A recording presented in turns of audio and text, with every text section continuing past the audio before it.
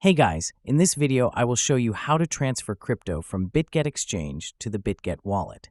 Alright, so let's begin with the video. For that, first of all, you need to launch your Bitget Exchange application and then provide your login credentials.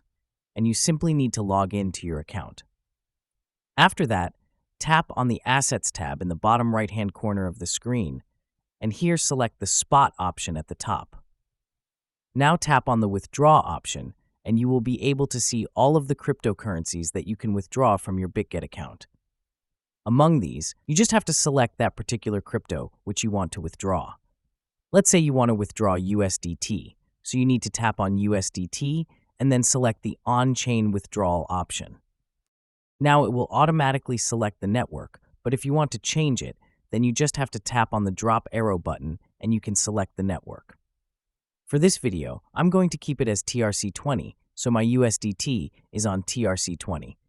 Now, in order to get the withdrawal address, you need to launch your Bitget Wallet mobile application and then tap on the Deposit option. After that, select Receive. And here you just have to scroll down a bit and select USDT that is based on the TRC20 network.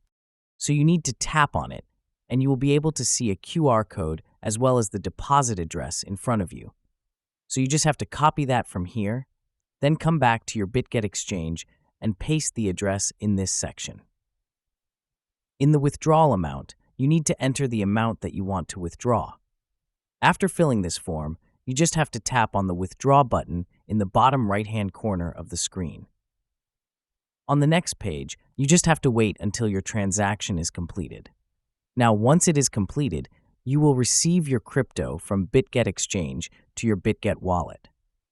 So that's basically how you can transfer crypto from Bitget Exchange to the Bitget Wallet. So that's all for this video. Consider subscribing if you find it helpful, and I'll catch you in the next one. Thanks.